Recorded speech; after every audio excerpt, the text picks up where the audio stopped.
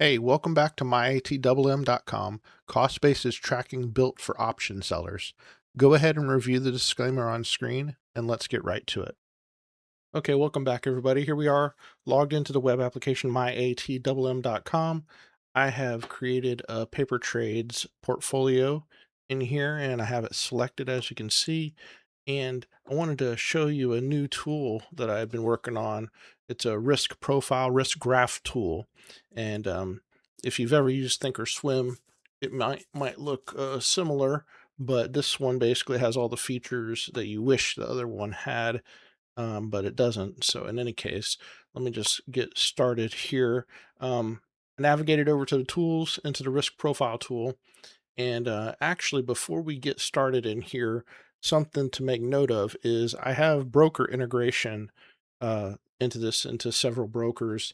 And initially, since this is a paper trade portfolio, I was going to demonstrate how you can hook this up to like Tradier paper. So if you come over here to the broker authorization, or broker auth, come over here, you'll see I already got the Tradier paper. And if I'm already connected. So basically you go into Tradier and hook it up to, you produce an API key and you provide it in here, and then you click connect, and then it connects to that. And then you can come in here and pick your account, and you can pick the portfolio you want to bind it to, and then bind it. And now that portfolio is bound to this Tradier paper account. So anywhere in this application that does any kind of order management, it will work. And as you can see down here, if you upgrade to a pro account, we can also hook up to Schwab Live, Tradier Live, Interactive Brokers tastytrade, and these other ones as well. I actually use Schwab pretty much on a daily basis with this tool, so it works really well. Anyway, so now that the broker auth is set up for the paper trade for this portfolio that we're on, I'm going to come back over to the risk profile tool. And in here, we're just going to do something, simple, basic that a lot of people do. We're going to put on an SPX put credit spread, and we're just going to do it for the next day out. So today's July 4th. Happy 4th. And I think, what's the Monday? Yes, 6th. So we want to come up here and create a new risk profile. We're going to target July 6th. So this will basically be simulating like a zero DTE. If we went in there and we were doing a zero DTE, we're going to take the default name. It'll just name it off the date that we selected. You can put whatever you want in here, though. You can type whatever name you want to, because it supports multiple profiles on the same date. That's what this is for. All right, so we're going to click create profile. And initially it defaults to SPX, and it shows you the standard deviation. That's what this gray area is. That's one standard deviation based off of where the current spot price is for the selected date that you select. So if you picked like 14 DTE, it would give you a one standard deviation gray area for that period of time. All right, and there's a lot of tool buttons over here and a lot of things like that. Since this is the first video I'm doing, I'll probably briefly go over each one. It might, do good just to have a separate video to go over each one, but I think I'll go ahead and go over all of them since this is the first video on this. All right. So what we said we want to do is we want to create a put credit spread. So initially you just say add spread, and what it does by default is it will add a spread, a vertical, at the money, basically at wherever the current spot price is, and it'll zoom in, zoom out to get it onto the screen for you. It shows you a yellow dotted line of what the vertical is going to be. And as you can see, this is a call debit spread, and we said we wanted to put on a put credit spread, right? So we could just easily switch this to a put, and it swaps it over, and that actually is what a put credit spread looks like. But we don't like this position. We want to change the strikes. It defaults to a 5 wide. You can change that. By default, it links these. So if I press down, you'll see how it moves the vertical, each one 5 strikes over, and it'll just move it. But say you wanted to do a 10 wide, you could come in here and click this link. It unlinks it. And now you can see it's a 60 by 70. So that's a 10 wide. Or if we wanted to do a 15 wide, let's just stick with 15 wide for now.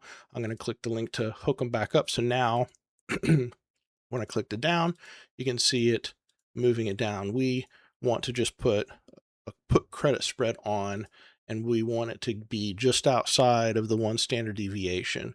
So that'll pull in a 90-cent credit, $90 basically for one contract, or Yeah, one option contract, or one option, sorry, spread, one spread. All right, we're going to click the save button here. Oh, also, just briefly, you'll notice these drop downs over here. By default, it's defaulting to SPX, but it also supports XSP in these futures as well, if you wanted to do those. And this vertical, it defaults to vertical. And as you'll notice right now, you can't change the quantities for both of these. If you change it for here, it changes it for both. Custom allows you to change it for both individually, so you can tweak it and do whatever you want to with that customized. So we're going to just leave it on vertical. And yeah, if we want to do multiple contracts, this is where you would increase that. We're just going to stick with one. So we're going to click save here. And that puts the position on for you on the risk graph so you can see it. And you can obviously uncheck it and it'll take it off. You can check it, it'll put it back on, and you can put other positions on as well if you wanted to. All right. But one other thing, say you wanted to, so far we're just simulating it. I am going to get into these order buttons and then I'll show you the broker integration pieces of this. And actually, let me go ahead and do that, and then I'll show you how to, like, what you would do if you wanted to sell it to get it off. All right. What we're going to do is we want to submit this spread to our broker. So we click this button and it brings up a broker submittal dialog. These green check marks means it looked into the broker system, was able to find these option legs and match them. We want to do it for a credit of 90. And I don't know how you guys do it, but I normally like to try and get a little bit more. So I'll increase it. It tells you what broker you're hooked up to. And if you are not hooked up to a broker yet, it'll tell you that down here and actually give you the opportunity to go connect to one if you haven't yet. So we're going to go ahead and click submit order, and we're going to submit it over at $1. Obviously, this is not a market day. And you'll see I have some other orders out there already that are pending. And Tradier won't let you change the price here, but I do have a way for you to do that in real time. So when the market's open, normally, so this, where's the order that we put in? It's this last one right here, this SPX credit. And while I'm in here, I'm just going to clean these up so you can see how I can cancel these orders from right here.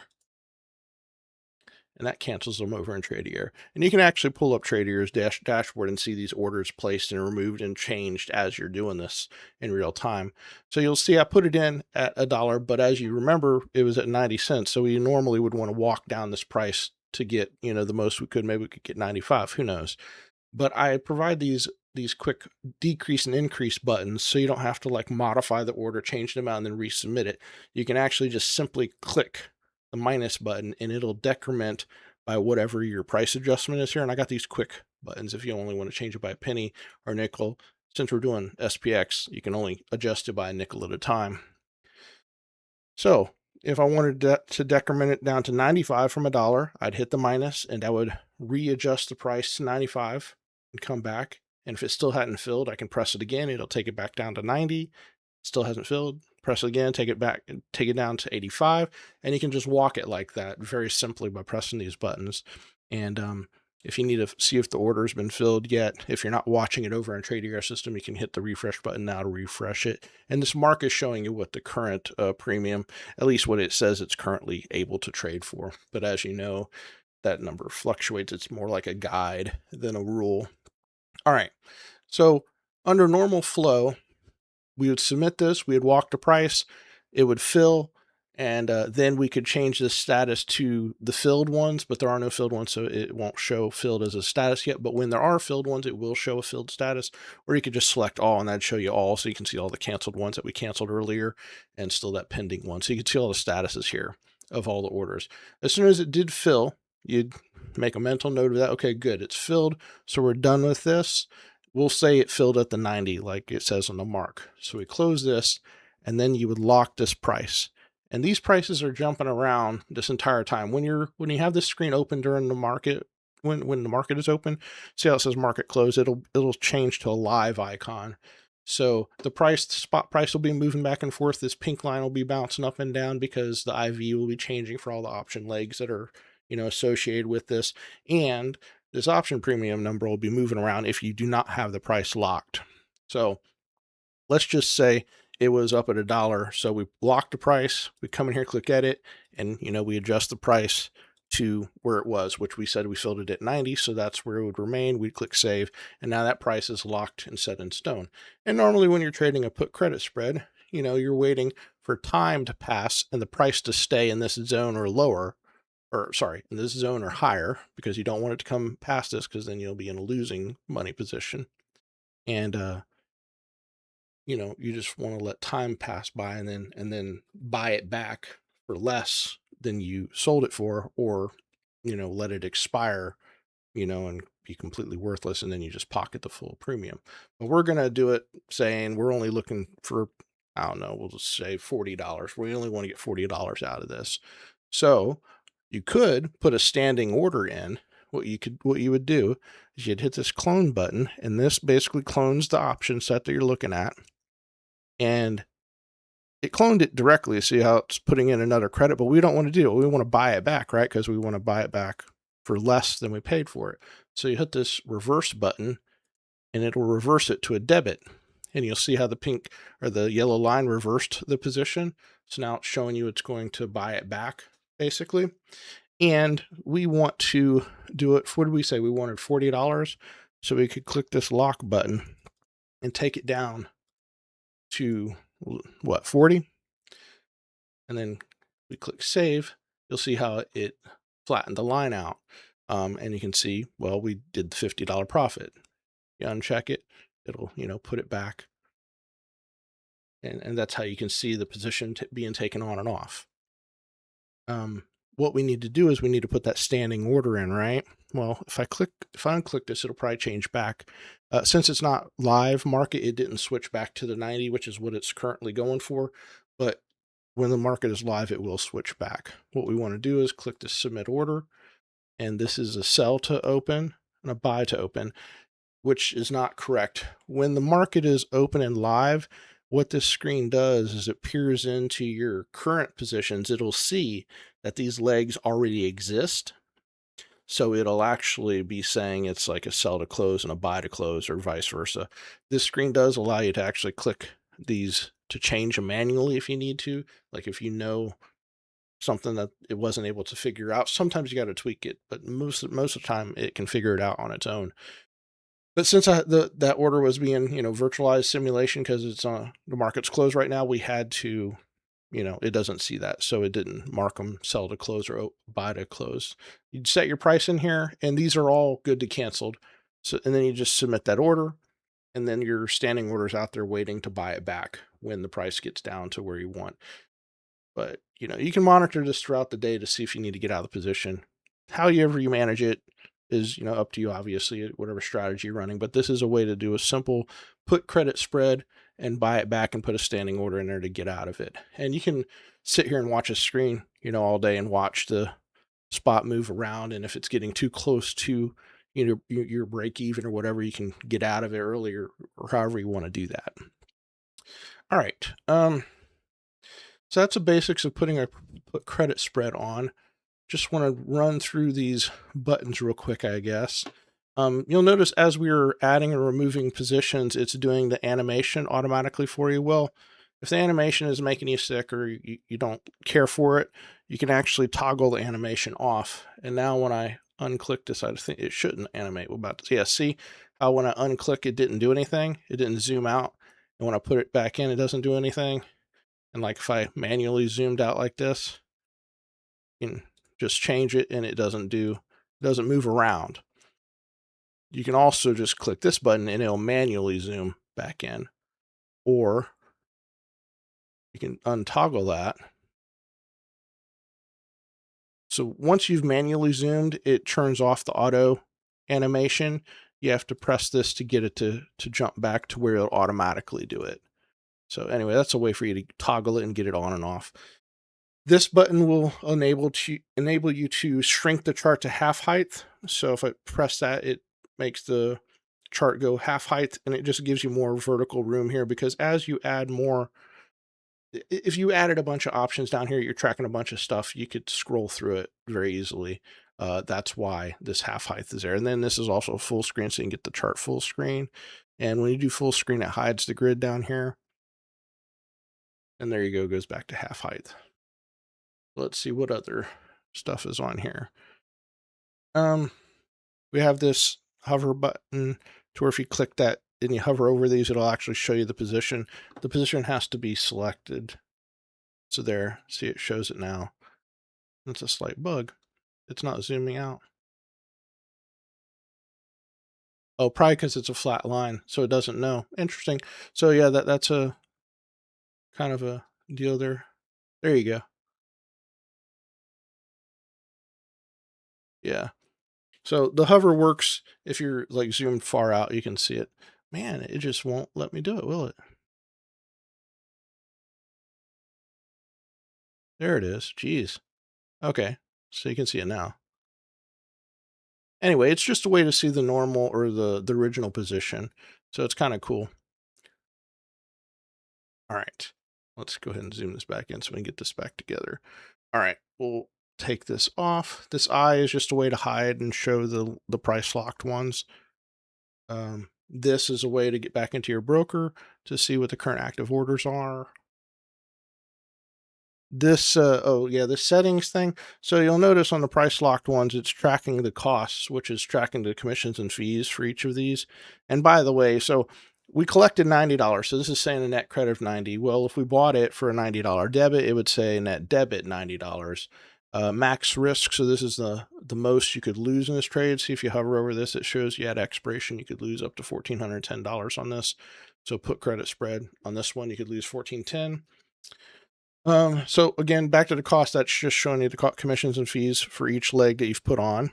And the current P&L will, right now, since we just bought it, would be 0. But as it's jumping around, that number will go negative and positive. So you can see it as opposed to watching a pink line all day long. You don't have to. You can just watch this current P&L and you'll see that. But what else? All right. Yeah. So the plus symbol, that just a way to add more spreads. And by the way, when you're on here, if you're just doing a vertical, it just does that by default. But if you're like just buying a single call or a single put, you can just remove this and add a single call or a single put just like that. Go back to a vertical. If you wanted to do a butterfly, you just add 3 and it defaults to a butterfly. You can see it forming up there already. Or if you were doing like a 4 legs, like a condor or something, you just add leg and it'll allow you to add up to 4. So you can see that forming up here. And you can actually unlink these to where, you can put on, whatever you need to. So that's what all of that does. I think that's pretty much all the buttons. I'm going to go ahead and click cancel just to remove that off there. And yeah, I think that's the risk profile tool in a nutshell for you. If you ever wanted to edit the name up here, you can rename it to something from the default July 6th. So we'll just say AAA or whatever, rename, and it'll rename the profile for you. If you add more to this date, they'll be in this drop down for you to select, and you can quickly switch back and forth to them. Delete, obviously, delete. It'll ask you to confirm, do you want to delete this profile? We don't. Share is a way to just share this with other people. And also we have a way to download this risk profile to the TOS format, ThinkorSwim's format, and you can also even import from ThinkorSwim as well. So that's kind of a handy feature for ThinkorSwim users. And this is just the portfolio switcher to switch between portfolios. All right, I think that's it. Oh, yeah, something else I wanted. So as you run this for the day for the 0DTE, you've run it. You will just say it all worked out and you bought it back for 40, so you profited the 50, and minus commissions and fees, of course. And so now you have all those transactions setting out in Tradier. Well, from here, you basically go to Tradier's system. You can export the CSV of all those transactions, and then you can come over to the import export screen. That CSV that you downloaded from Tradier, you drag and drop it onto here, and you click parse, and it'll parse those files. I don't know if I have any over here, but it'll parse them, and then you can go look at the details over in import history. Okay, so I don't have any of the over in import history, but it'll show you the details of what it imported there. And then furthermore, from there, you can actually come to the strategy summary screen, And what this will show you is basically, so if we did it on July 6th, so July 6th, if we had the transactions, like if we were doing it for an upcoming expiration, you can look at the upcoming expirations here, or the expirations that have passed are in this buy option expiration. So it'll show you the last 30 days by default. So in here, it'll actually show you the expiration, and it'll actually show you the total profit and loss for that set. So like we sold the put credit and then we bought it back for 50. So that's a total of 4 option legs, right? Total of 2 transactions. We sold it and then we bought it back. So that'll sum up all of the profit and loss in here for you. It'll tell you the number of transactions, number of legs, what the costs were, like the commissions and fees that you did. And more importantly, it actually will show you the max risk. So it'll show you what, so back on the screen, I think it said $1,410 was the max risk. That would show here max risk, and it actually hooks up to the risk profile tool to get that number for you. And why that's important is because you'll see the max risk and you'll see the profit or loss on it, so you can actually see what your ROI was on that specific position. So it makes it really nice. And this risk profile actually is just a quick link over to the risk profile itself. So it's a nice way to tie it all together. You do the order management and the risk profile on the risk profile screen. When it's over, you export your transactions from your broker, import them into the system over here. Just a quick drag and drop and click a parse. It's really fast to do it. And then you come over to the strategy summary to see them going. So if you're doing like one of these a day or a couple of these a day, you can see it every single one on every single expiration. And you can see it all total up and what your max risk was per spread or per expiration date, sorry, and your profit and loss for that date as well. And, that's to break it down individually. And obviously, if you've been following along in this application this entire time, that's just, scratching the surface. It can just do individuals like that. And then you can go to the dashboard and see your overall by week or by month for like all of your stuff, like all of your SPX strategies you're running, or if you're running the wheel on other stuff or just any other strategy you're running, it combines them all into that dashboard view. So you can see the overall view and even break it down by months or weeks or whatever you need to do. So yeah, that's the new risk profile tool. It's very versatile, and we will try and make some more videos to go over other strategies like just your iron condors. And this is a put credit spread. We could easily have done a call credit spread. Maybe we'll do that next time, or even a butterfly. Do one of those as well, just to show you that working in the application. But yeah, that's this new tool. If you have any questions or feedback, feel free to send us an email. I'll talk to you later. Bye. That's going to wrap it up for this one. If you got something out of it, hit that like and subscribe button so you don't miss what's coming next. And if you haven't already, head over to MyATMM.com and create your free account. 3 tickers free forever. No credit card required. Thanks for watching, and I'll see you in the next one.